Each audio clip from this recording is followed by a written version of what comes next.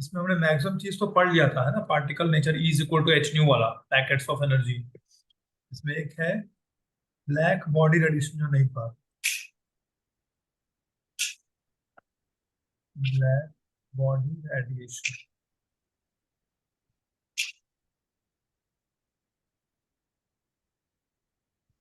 N ideal body, body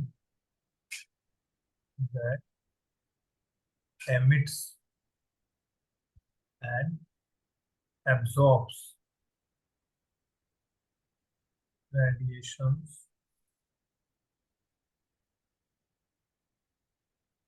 of all frequencies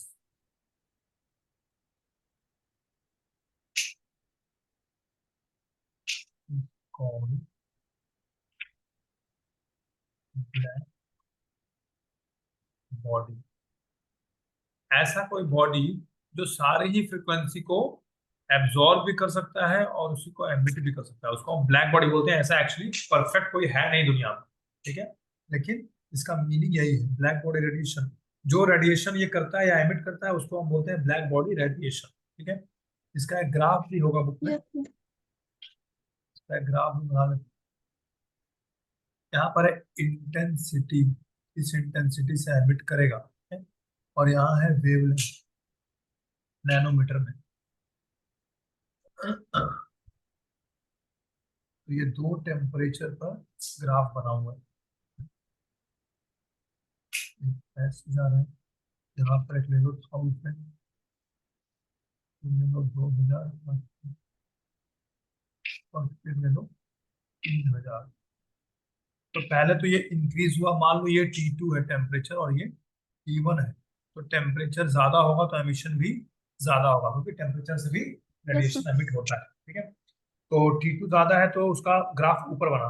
तो कुछ देर तक तो ये लीनियर ऊपर की तरफ गया, उसके बाद फिर अगर और वेवलेंथ हम बढ़ाते हैं, है ना, अगर और बढ़ाएंगे तो फिर से ये इंटेंसिटी इसका कम होने लगेगा। शुरू में देखेंगे कि जितना ज्यादा हम लोग टेम्परेचर बढ़ा रहे हैं वैसे ही रेडिएशन का इंटेंसिटी ज्यादा होते जा रहा है, मगर कुछ देर बाद जब हमारा वेवलेंथ और ज्यादा बढ़ जाएगा, बहुत ज्यादा, मतलब करीब 2000 नैनोमीटर से ज्यादा, तो देखते हैं कि फिर वो ड्रॉप होने लगता है, ठीक है। क्योंकि हर एक बॉडी का कुछ प्रॉपर्टी होता है ना, या कोई भी चीज हम गर्म कर रहे हैं उसका एक प्रॉपर्टी होता है, उसके बाद वो जलने लगेगा। रोटी हम लोग अगर बना रहे हैं कुछ देर तक तो अच्छे से बन रहा है, ज्यादा जलाएंगे तो पूरा खाने लायक नहीं रहेगा, है ना। समझ लो उसी ढंग से कि इनकी भी कुछ यस। कैपेसिटी है, उसी हिसाब से वो कर सकते हैं। उसके बाद अगर हम और ज्यादा वेवलेंथ बढ़ाते हैं तो उसके इंटेंसिटी पे चेंज आता है, कम होने लगता है, ठीक है। ओके, ये वाला हो गया। इसके बाद हम पढ़ते हैं फोटो इलेक्ट्रिक इफेक्ट। इसका स्क्रीनशॉट ले लो, इसको मैं क्लियर कर देता हूँ।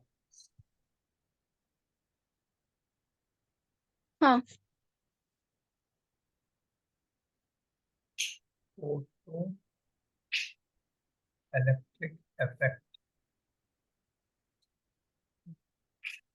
तो इसमें हमने एक ट्यूब ले लिया, मान लो ऐसे,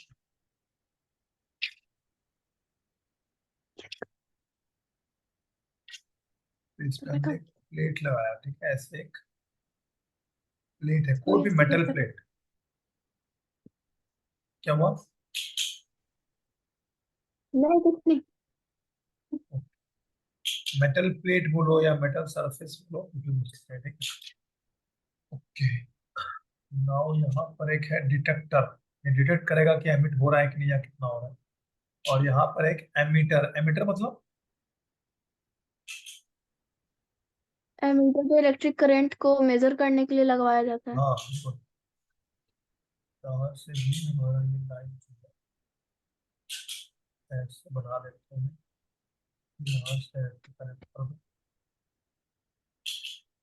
प्लस माइनस आते हैं, हमें ए लिख रहा हूँ, ए मतलब emitter, and this is called as detector. ये जो है पोर्शन इसको कहेंगे डिटेक्टर। ये क्या डिटेक्ट करेगा कि कुछ एमिट हो इलेक्ट्रॉन्स। भी रहा है कि नहीं, इलेक्ट्रॉन्स कितने हो रहे हैं, कितनी हाँ। मात्रा में, या तो भी, ठीक है। ये हो गया detect.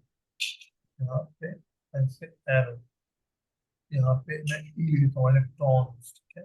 And this chamber is vacuum chamber, vacuum chamber. अब इस पर हमने क्या किया, लाइट इसके ऊपर इंसिडेंट रेज आ रहे हैं लाइट के, ठीक है, लाइट रेज, ठीक है, falling on the metal plate. तो जैसे इस पे लाइट पड़ा तब जाके कुछ हुआ, नहीं तो इस सोया हुआ था, कोई फर्क इसको नहीं पड़ रहा था। पर जैसे इस पे लाइट पड़ा तो हमने देखा कि वहां से इलेक्ट्रॉन्स एमिट होने लगे, ठीक है। तो फोटो इलेक्ट्रिक इफेक्ट इसी को बोलते हैं, या बोल सकते हो फोटॉन्स, फोटॉन्स रिलीज हो रहे हैं, या photons are being emitted by the metal, ठीक है। और यहाँ हम लिख लेते हैं,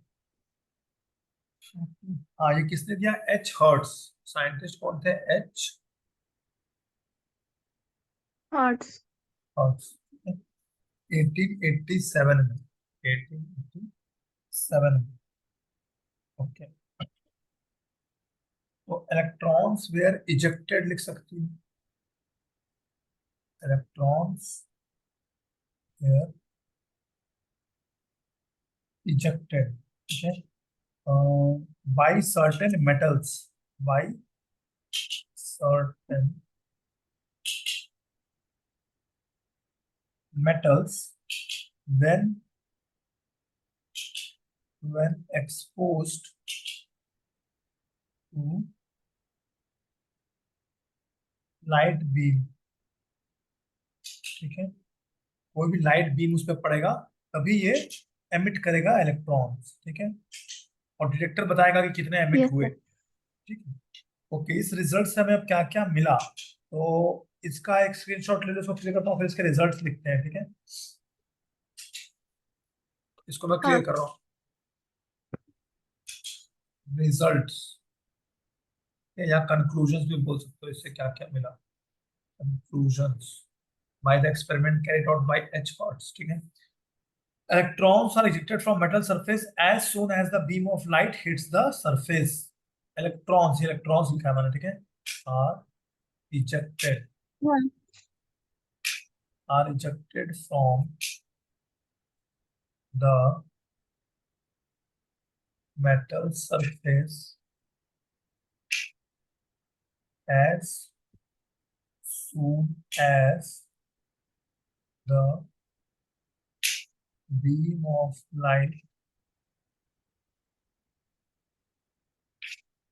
hits the surface. Second, number of electrons, कितने नंबर में इजेक्ट हुए, number of electrons ejected is proportional to the intensity of the beam of light। जितना ज्यादा इंटेंसिटी लाइट का पड़ेगा उतने ज्यादा इलेक्ट्रॉन्स एमिट होंगे, ओके। थर्ड रिजल्ट क्या है, for each metal there is characteristic minimum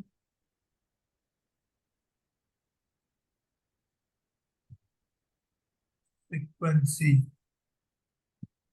can you not all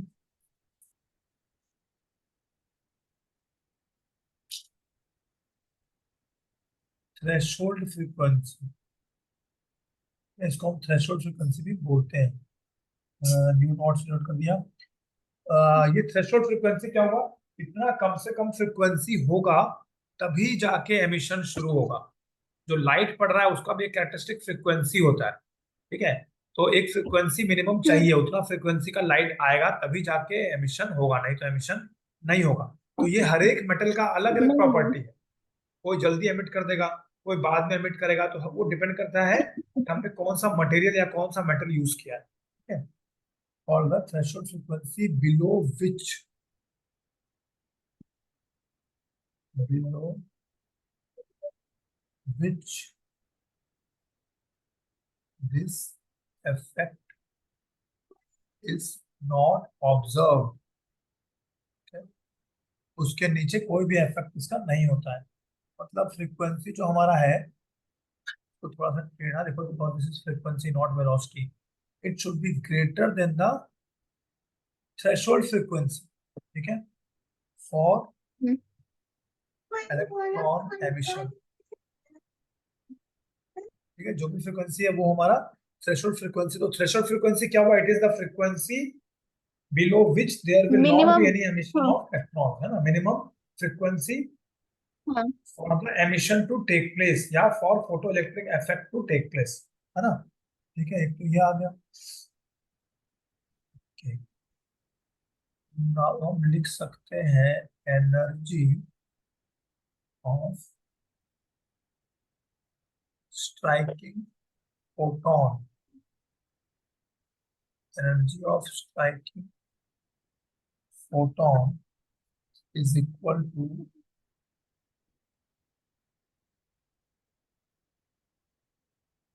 binding energy plus kinetic energy of ejected electron, of ejected electron.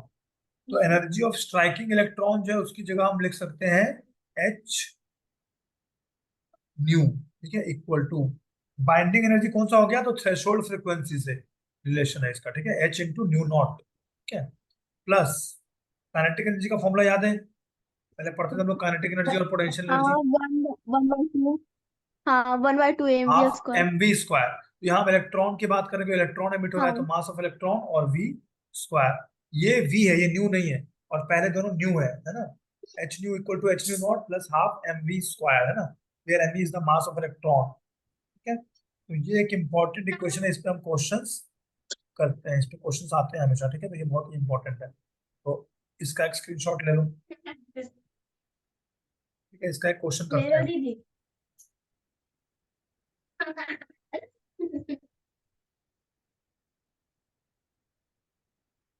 The threshold frequency दिया हुआ है, मैं सीधे ऐसे लिख दे रहा हूँ, ठीक है, थ्रेशोल्ड फ्रीक्वेंसी की जगह एक क्वेश्चन में दिया हुआ है, फॉर ए मेटल इज, दिया है 7 × 10 का पावर 14 पर सेकेंड, थ्रेशोल्ड फ्रीक्वेंसी दिया हुआ है। Calculate the kinetic energy of electron emitted when radiation of frequency is, kinetic energy calculate करना है, ये कितना होगा when radiation of frequency is, radiation जो उसका फ्रीक्वेंसी दिया हुआ है विच इज इक्वल टू 1 × 10 का पावर 15 पर सेकेंड।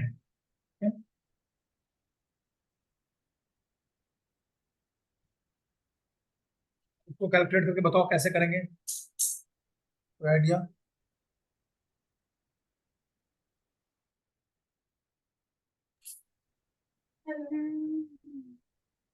अभी हमने लिखा ना कि क्वेश्चन काइनेटिक एनर्जी वाला, हाँ। इसका कैसे करेंगे बताओ। जो हमने शुरू में लिखा था हाफ एम वी स्क्वायर था ना काइनेटिक एच। एनर्जी। हाँ, तो वो h nu is equal to HV0, उसी हाँ, फॉर्मूला एच से ना। न्यू नॉट वी नॉट नहीं, plus half m v square लिखा था ना। अब इससे हम क्या लिख सकते हैं, हाँ। तो यहाँ हम लिख सकते हैं, ये वाला था हमारा काइनेटिक एनर्जी, हाँ। है ना, काइनेटिक एनर्जी हमको यही निकालना है ना। तो काइनेटिक एनर्जी को अगर वहीं रखेंगे तो लेफ्ट साइड क्या आ जाएगा, H new minus H nu not, है ना, -HV0। या फिर लिख सकते हैं एच को कॉमन लेके न्यू माइनस न्यू नॉट,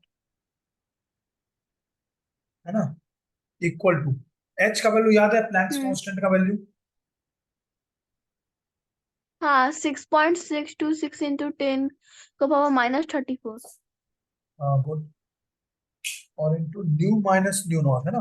तो न्यू का वैल्यू दिया है और न्यू नॉट का वैल्यू भी हमें दिया हुआ है ना। न्यू की जगह लिखेंगे क्या, 10 का पावर 15, और न्यू नॉट पे क्या लिखेंगे, 7 × 10 का पावर 14। 14, है ना। इसको कैलकुलेट करके ट्राई करो कितना आ रहा है तुम्हारा आंसर।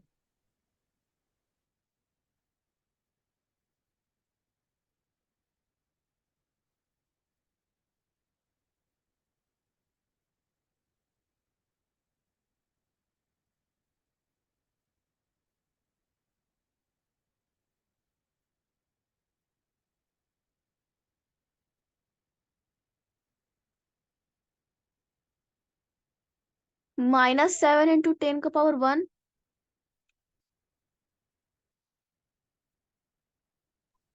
7 × 10⁻1। ये तो बाहर ये वाला है, इसको अभी ऐसे ही रहना है ना। अंदर में क्या कर सकते हैं हम लोग, तो 10⁻15 है ना।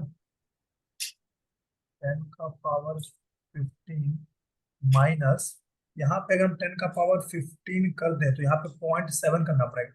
0.7 × 10⁻15 ऐसे लिख हाँ। सकते हैं, है ना। और यहाँ पे 10⁻15 को फिर कॉमन ले लो, मतलब equal to 6.626 into 10⁻−34 into 10⁻15 common ले लो, अंदर लिख लो 1 - 0.7, ऐसे लिख सकते हैं। 7। Equal to 6.626 into 10⁻−34 into 10⁻15 into अंदर क्या आ जाएगा, 1 में से 0.7 मतलब 0.3 आ जाएगा यहाँ पर। हाँ। 1 - 0.7 है ना, 0.3 आ गया। अब 6.626 इंटू 0.3 करो तो देखो कितना आता है। 6 3 = 18, 1 कैरी ओवर, 6 3 2 = 6 7, 6 3 18, 1 कैरी ओवर से 9। 18 हाँ। 19, 4 के बाद पॉइंट आ गया तो 1.9 के आसपास आ जाएगा, इंटू 10⁻माइनस कितना हो जाएगा, 1519। ठीक है, ये आ गया हमारा आंसर। इतना क्या, जूल, जे है ना, एनर्जी फॉर्म जूल से डिनोट करते हैं ना, जे से। हाँ। ठीक है, इतना समझ में आया। तो इसी इक्वेशन से हमें पता चल जाएगा कि हमें यस क्या सर। क्या निकालने के लिए बोला हुआ है। ठीक है, इसका स्क्रीनशॉट लो, इसको क्लियर करते हैं।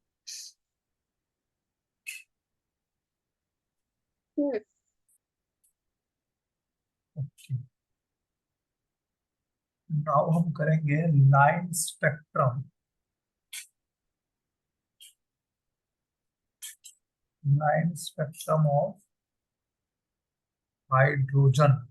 ठीक है, इसका स्पेक्ट्रम कैसा बनता है। Okay.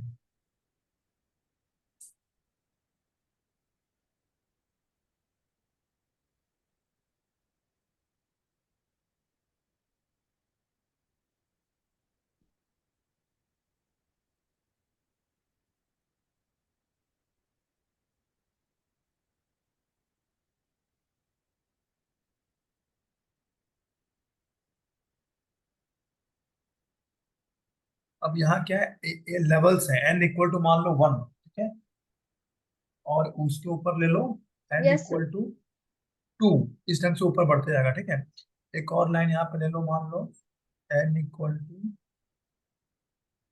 3। ठीक है, अब इसके साइड में लेता हूँ, जैसे यहाँ पर लिख लो सीरीज, इसके अलग अलग नाम है।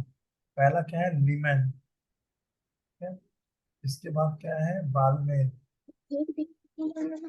फिर क्या है, पैशन, PASCHEN, पैशन। फिर है ब्रैकेट, रिफंड। ये सब सीरीज के नाम है। इसका मतलब क्या क्या है, तो इसमें N1 एक आएगा और एक आएगा N2। N1 हो गया मान लो, और इधर ये सब N2 हो गया। देखो फिगर में भी N1 है यहाँ पर और यहाँ N2 है ना, ऐसे। तो इधर भी वैसे ही N1 और यस N2 सर। लिख रहे हैं हम लोग। और लास्ट में आ गया स्पेक्ट्रल रीजन, इसका नाम स्पेक्ट्रल रीजन। ठीक है, इस बना लो। अब N1 का वैल्यू 1 भी हो सकता है, 2 भी हो सकता है, 3 4 5।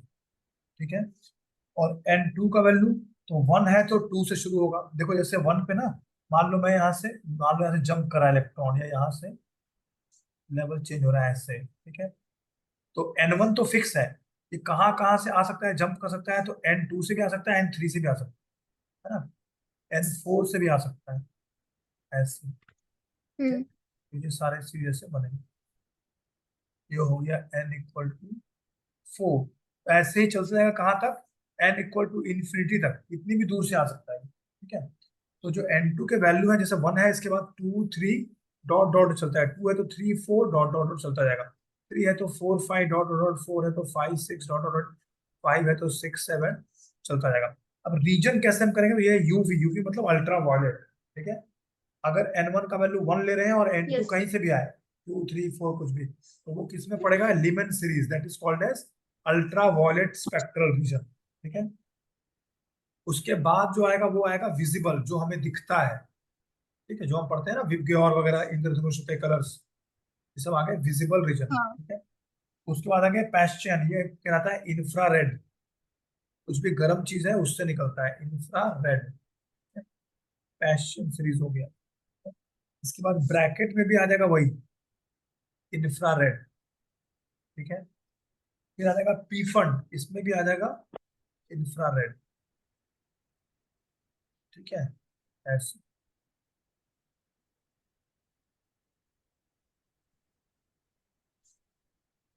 ओके, अब इसका फॉर्मूला क्या है, तो वेव नंबर से रिप्रेजेंट करते हैं हम उसको।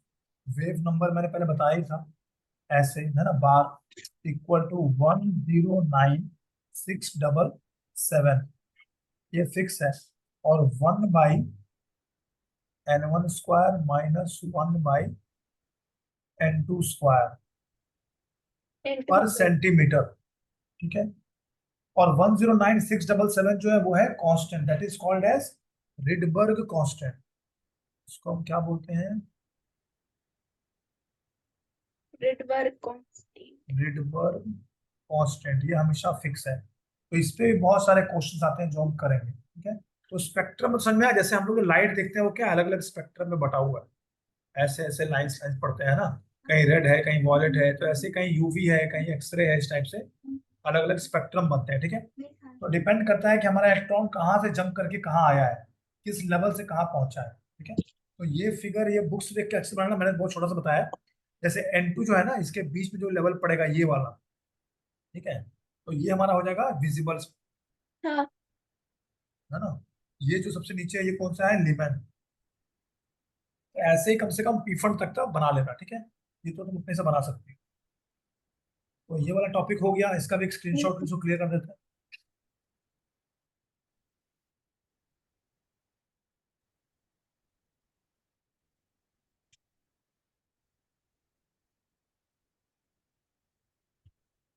Postulates of Bohr's atomic model.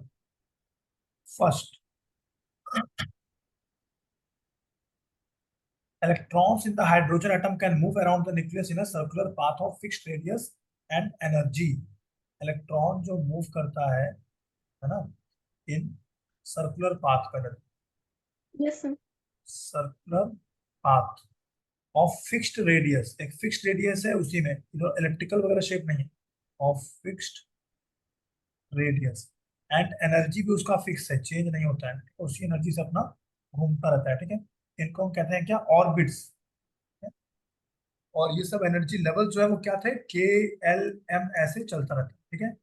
या फिर N = 1 2 3, और K L M N ऐसे। ठीक है। इनको हम बोलते हैं क्या, प्रिंसिपल क्वांटम नंबर।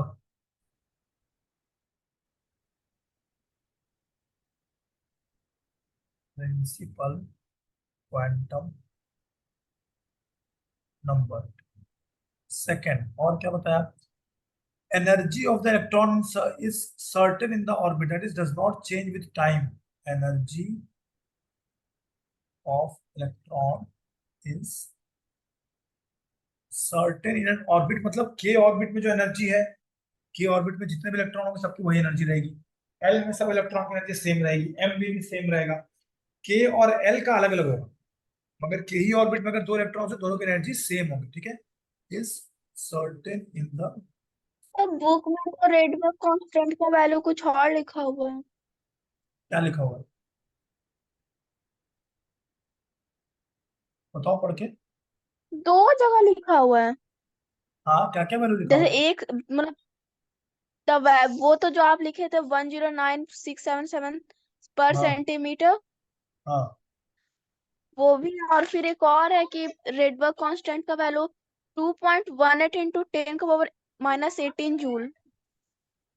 बिल्कुल नहीं हो सकता, तो फोटो भेजना मुझे, तो मतलब ही नहीं, या कुछ और होगा, या फिर गलत लिखा है दोनों एनसीईआरटी के को बुक में। रेडबर्ग कांस्टेंट लिखता है। नहीं, कहाँ लिखा है, हाँ। एनसीईआरटी के बुक में लिखा है, पेज हाँ, नंबर। एक आपको दिखेगा पेज नंबर 45 में और दूसरा पेज नंबर 47 में। 45 में पेज नंबर 47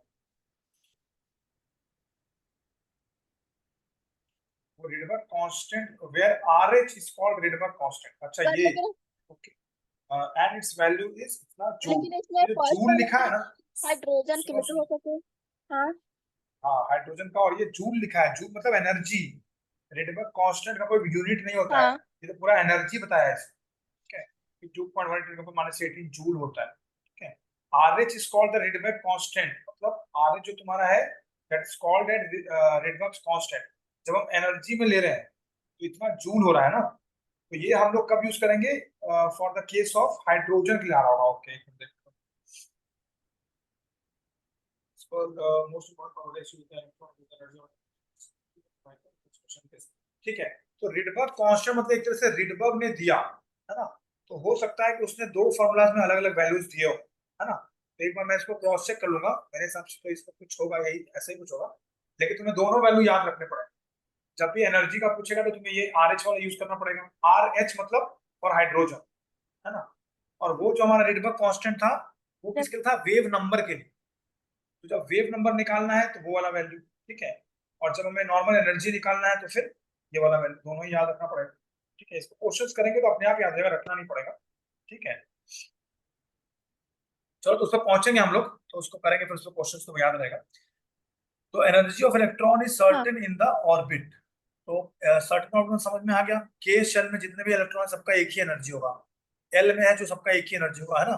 लेकिन की और एल में अलग अलग है तो उनके एनर्जी अलग अलग होगा। ठीक है, ये सेकंड पार्ट हो गया। हाँ ओके, थर्ड पार्ट है जो frequency that is given as delta E by h. ये मैंने पहले ही बताया था, E is equal to h nu, याद है ना?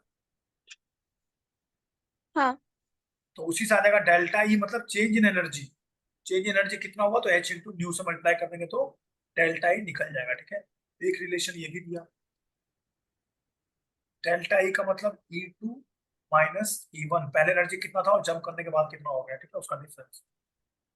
नाउ फोर्थ पॉइंट क्या आया? Angular momentum. Angular momentum M V R equal to N into N मतलब it's whole number by pi. इसमें एन की वैल्यू क्या क्या हो सकती है? 1 2 3 डॉट डॉट डॉट। ठीक है, तो एंगुलर मोमेंटम अगर पूछेगा तो हमें ये फॉर्मूला याद होना चाहिए। एन मतलब 1 2 3 जो भी लेवल हमें दिया रहेगा उसमें। एच का वैल्यू फिक्स पता ही है, पाई का वैल्यू पता ही है ना? तो हम निकाल सकते हैं। तो ये सब हो गए postulates of Bohr's atomic model. इसका एक स्क्रीनशॉट ले लो, इतना ही है इसके इस टॉपिक में। ठीक है, इसके बाद आगे जाएंगे। क्लियर कर दूं? हाँ yes now we will talk about significance, यानी कि महत्व, इंपॉर्टेंस ऑफ बोर्स मॉडल। ठीक है, इससे क्या क्या हमें फायदे एक तरह से हुए। ठीक है, स्टेबिलिटी ऑफ एटम।